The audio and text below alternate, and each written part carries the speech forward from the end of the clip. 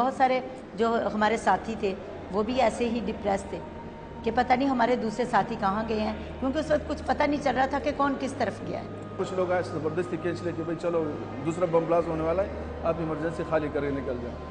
लेकिन अफसोस हमें होता है क्योंकि ये भी किसी के भाई होता है, किसी का बहन होता है, किसी का माँ होता है। तो लेकिन हम हिम्मत नहीं हारते, क्योंकि अगर हम रोना धोना शुरू करेंगे तो फिर हमारा काम तो ख़राब होगा मुझसे। हम कोशिश करते हैं कि हमारे काम में वो दखल अंदोज़ी ना हो, ये मायूसी या ये चीज़ें कम नहीं रखते। इस तरह के वाक़यात जब होते हैं तो आम तौर पे अफरा तफरी का आलम हो जाता है, हर एक को मारा मारी का आलम होता है, हर एक को अपनी पड़ी हुई होती है। जो डॉक्टर्स को सबसे ज़्यादा और स्टाफ को जो सबसे ज़्यादा मुश्किलात जो दरपेश होती हैं उसमें ये होता है कि सबसे ज़्यादा क्राउड को आप कंट्रोल नहीं कर सकते। जब भी इस तरह के कोई वाक़यात होते हैं एक मॉब जो है वो जमा हो जाता है, और हस्पताल के बाहर इस तरह के मॉब और क्राउड्स जो हैं बहुत बड़े बड़े देखे गए, और ये एक बहुत सॉफ्ट टारगेट है फॉर अ सेकंड ब्लास्ट, जैसा कि हमने देखा। एक मरीज़ हो तो बहुत ज़्यादा लोग आ जाते हैं, इसमें हमें काम करने में बहुत मुश्किल होती है। अटेंडेंट साथ होते हैं, कभी कभी हम लोग काम कर भी रहे होते हैं लेकिन वो इतना मिसबिहेव करते हैं, पहले आप मेरे मरीज़ को देखें, पहले आप मेरे मरीज़ को देखें। लेकिन हम देखते तो सब मरीज़ों को ही हैं, लेकिन कुछ कंडीशन ऐसी होती हैं जो पेशेंट क्रिटिकल होते हैं, उनको हमारी प्रायोरिटी होती है कि हम उसको सबसे पहले देखें। तो इसमें लोगों से ये करता हूँ कि अगर आप मरीज़ के ख्वाही है, हमदर्दी करना चाहते हैं, तो जितना आप उसको ओपन छोड़े ताकि जितना हमारा पैरामेडिक स्टाफ और डॉक्टर वगैरह उनको काम करने में आसानी हो, शिफ्टिंग में भी। वरना ऐसा अगर ज़्यादा रश लग जाएंगे तो उसकी वजह से मरीज़ को वो पूरा चीज़ मिल नहीं पाता है। जी, हमारी बिल्डिंग को तो खासा नुकसान हुआ है। इसके बाद हमारी बहुत सारे हमारी जगह चीज़ें जो हैं वो ना सिर्फ ये कि डैमेज हुई हैं, बल्कि इक्विपमेंट महंगा बहुत इक्विपमेंट होता है वो डैमेज भी हुआ है, बिल्डिंग भी डैमेज हुई है, और बहुत सारी चीज़ें चोरी भी हो गई। अनफॉर्चुनेटली इस तरह के हादसे के बाद ये होता है कि जब थिंग्स आर लेफ्ट ओपन तो बहुत सारी चीज़ें चोरी हो गई हस्पताल में से, कैजुअल्टी के अंदर से ख़ास तौर पर। लेकिन ये कि अब प्राइम मिनिस्टर साहब ने ग्रांट दिया हमें एक बहुत बड़ी, जिससे हम कैजुअल्टी को रेनोवेट कर रहे हैं, और इंशाल्लाह ताला जल्दी जो बिल्डिंग का बकाया हिस्सा है वो ठीक कर लिया जाएगा। मेरी ज़िंदगी तो बहुत ज़्यादा मुतासर होती है, मेरे बच्चे हैं, मेरा घर है, और जो मतलब ख़ानदान के लोग हैं, फैमिली के लोग हैं। कभी मुझे कहीं जाना भी हो, लेकिन जब मुझे खबर मिल जाती है कि कहीं ब्लास्ट हुआ है या वैसे कोई शहर में हादसा हो गया है, तो फिर सब कुछ एक तरफ करके मैं फ़ौरन इधर आ जाती हूँ।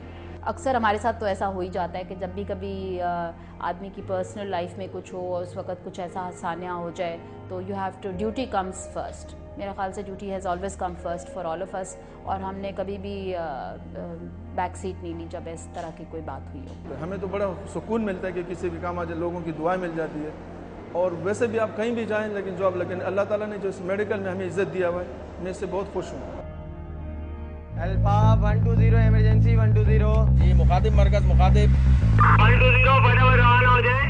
आई चुंदरी का रोड अभी बैंक प्लाजा के सामने। एक्सीडेंट की इतला देने वाले मोहसिन साहब है, मोहसिन साहब। ओके मरकज रवानगी है, चलो फटाफट।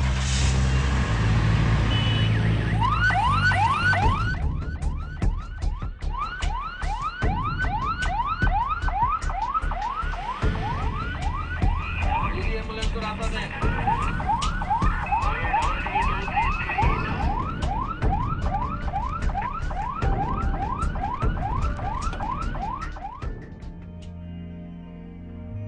किसी भी छोटे या बड़े हादसे के रूनुमा होते ही मुख्तलिफ फलाही इदारे जख्मियों की मदद को पहुंच जाते हैं।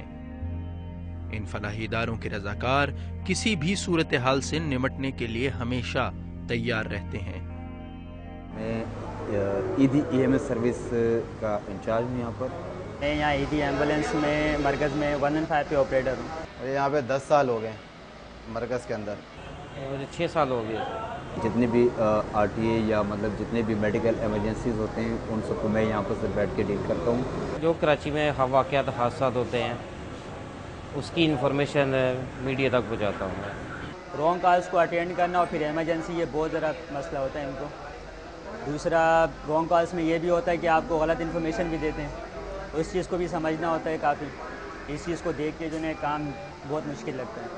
देखिए, जो गलत इन्फॉर्मेशन आती है उसको मैं खुद भी जो है ना कंफर्म करता हूँ। जैसे हमारे कंट्रोल में इतला आती है, मैं खुद उस कॉलर को फ़ोन करके मालूमात कर लेता हूँ तो इससे हमें ये अंदाज़ा हो जाता है और अंदाज़ा भी कन्फर्म होता है कि ये गलत है या सही।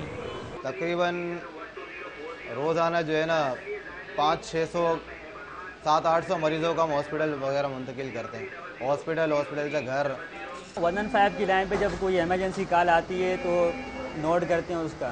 1 मिनट से कम का टाइम होता है हमारे पास। लोकेशन मालूम करना, कॉलर का नाम और उनका कॉन्टैक्ट नंबर और ज़ख्मियों की तादाद कितनी है, ये चीज़ें मालूम करना। हमारा काम ये है कि इमरजेंसी जैसा कोई एक्सीडेंट होता है, कॉल नोट करते हैं, हमें लिखवाते हैं, आगे सेंड करते हैं, तो हम गाड़ी करीबी सेंटर से रवाना करते हैं। हमारे पास 2-3 हादसे एक साथ इतलाएँ आ गई हैं, तो उसमें भी मुझे अपनी जो है ना जिम्मेदारी वो पूरी करनी होती है। इन केस अगर ऐसे केसेस होते हैं जहाँ पर बम ब्लास्ट हो गए, अल्लाह ना करे, या इसके अलावा रोड एक्सीडेंट वगैरह हो गए, तो मैं खुद जो है इनके एम्बुलेंस के साथ यहाँ से जाता हूँ। इमरजेंसी ड्यूटी दे रहे थे उधर लाइट हाउस पर, अचानक बम ब्लास्ट हुआ, उसमें हमारा एक बंदा शहीद हो गया, 1-2 बंदे ज़ख्मी भी हुए हमारे।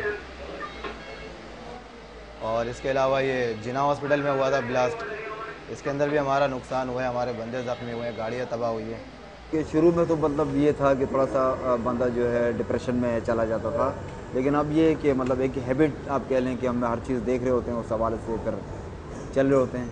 अब हमारे जहन में कोई ऐसी बात नहीं आती है, चाहे वो डेड बॉडीज़ हो, एक्सीडेंट्स हो, या ओपन हेड हो, ओपन एब्डोमेन हो, सारी चीज़ें हम देख रहे होते हैं।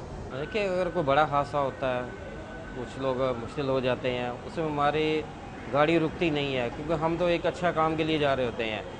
पब्लिक चाहे कुछ भी करे, आवाम कुछ भी करे, तोड़ फोड़ करे, हम तो एक नेकी का काम कर रहे हैं, आवाम की खिदमत कर रहे हैं। हमारी गाड़ी रुकती नहीं है, हमारी गाड़ी जैसे भी है, जहाँ भी हैं पहुँचती हैं, ज़ख्मी उठाती हैं, उनको हॉस्पिटल मुंतकिल करती हैं।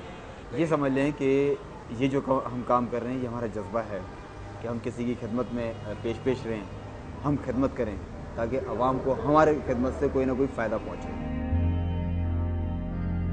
पाकिस्तान में जारी दहशतगर्दी के वाक़यात में यह वाक़या अपनी नौयत का एक मुख्तलिफ वाक़या था, क्योंकि इसमें दहशतगर्दों ने पहले हमले के बाद दूसरा हमला अस्पताल में किया, जहां पहले हमले के जख्मियों के रिश्तेदारों की भी एक बड़ी तादाद मौजूद थी, और यही वजह थी कि अस्पताल में होने वाले हमले में ज्यादा अमवात देखने में आई।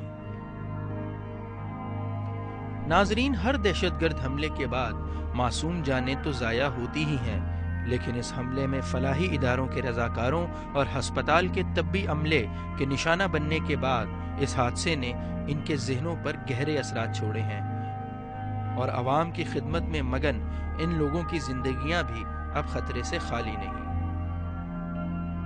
ये भी मुतासिरीन हैं।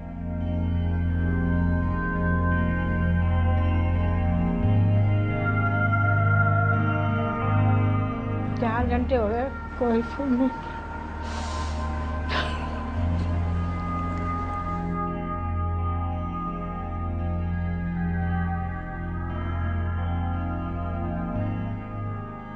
उनका अंकल को घबराने की बात नहीं है, मामूली से रो रहे थे वो लोग भी, मामूली चोट लगी है, सही हो जाएगी।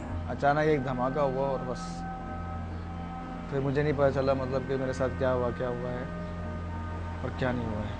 मैं अपने सिर्फ सर को घुमा सकता था, बाकी पूरी बॉडी जो है मेरी सुन्न थी। कुछ ऐसे भी मुतासिरीन है